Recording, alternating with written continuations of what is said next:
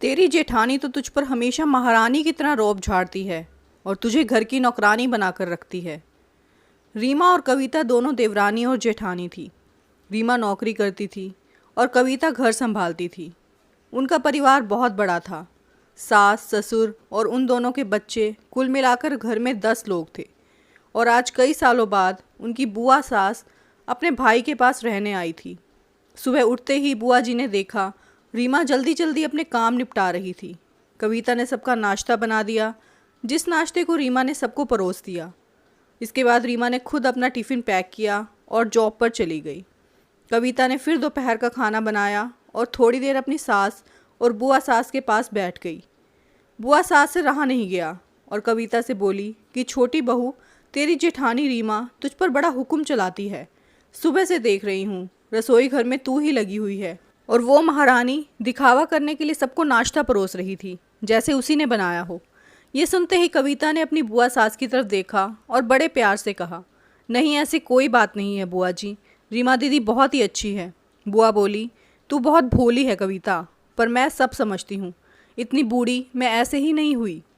कविता से अब रहा नहीं गया और वो बोली कि बुआ जी, आपको रीमा दीदी का बाकी सबको नाश्ता परोसना दिखा, मगर आपको ये नहीं पता कि उन्होंने मुझे डांट कर सबसे पहले नाश्ता करवाया, फिर चाय पिलाई, और वो रोज़ ही मुझे सबसे पहले नाश्ता करवा देती हैं। वरना सबका नाश्ता बनाते बनाते तो मैं नाश्ता करना ही भूल जाती हूँ। वो मेरा कितना ख्याल रखती हैं। दीदी सुबह जल्दी उठकर मंदिर की सफाई करके फूल सजा कर रखती हैं और वो मुझे खुद से 1 घंटा लेट उठने को कहती हैं, क्योंकि मुझे उठते ही नहाकर सीधा रसोई में ही जाना पड़ता है। शाम को ऑफिस से आते वक्त दीदी बाज़ार से सब्जियां भी लेकर आती हैं, क्योंकि हमारे हस्बैंड रात को लेट हो जाते हैं। और रीमा दीदी ने सासू माँ को बाज़ार जाने के लिए भी मना किया है, क्योंकि माँ जी अब 60 साल से ऊपर हो चुकी हैं। कहीं बाज़ार जाते समय उन्हें तकलीफ़ ना हो जाए। वैसे भी उन्हें घुटनों की परेशानी है, और जब माँ जी को घूमने का मन होता है तो रीमा दीदी छुट्टी करके खुद उनको घुमाने लेकर जाती हैं।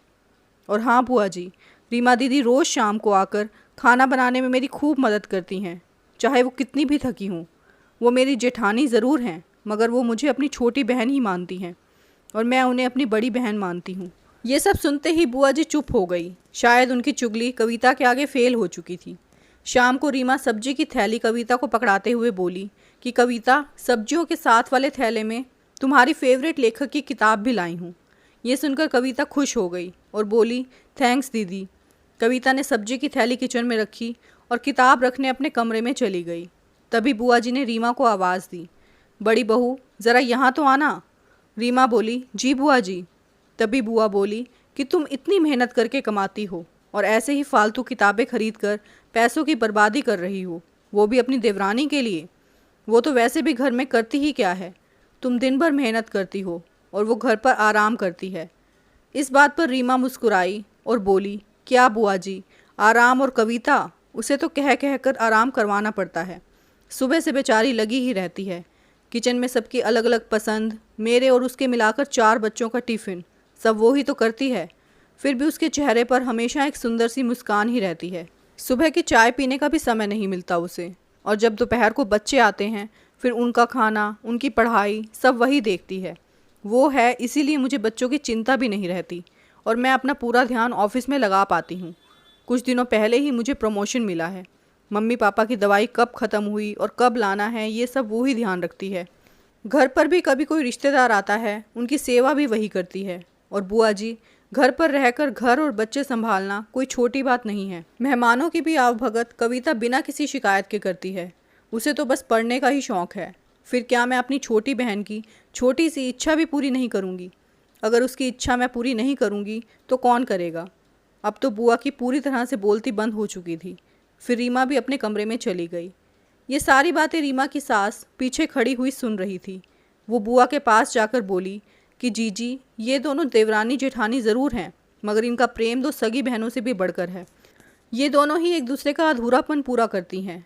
मेरे घर की मजबूत नींव हैं ये दोनों।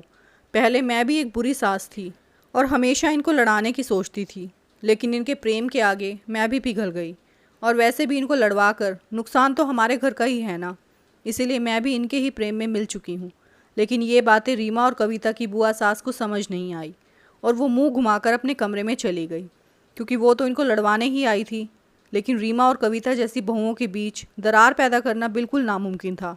और दोस्तों, अगर कविता और रीमा जैसी बहू बेटी हर घर में हो तो उनके प्यारे घर को बड़ी से बड़ी ताकत भी नर्क नहीं बना सकती।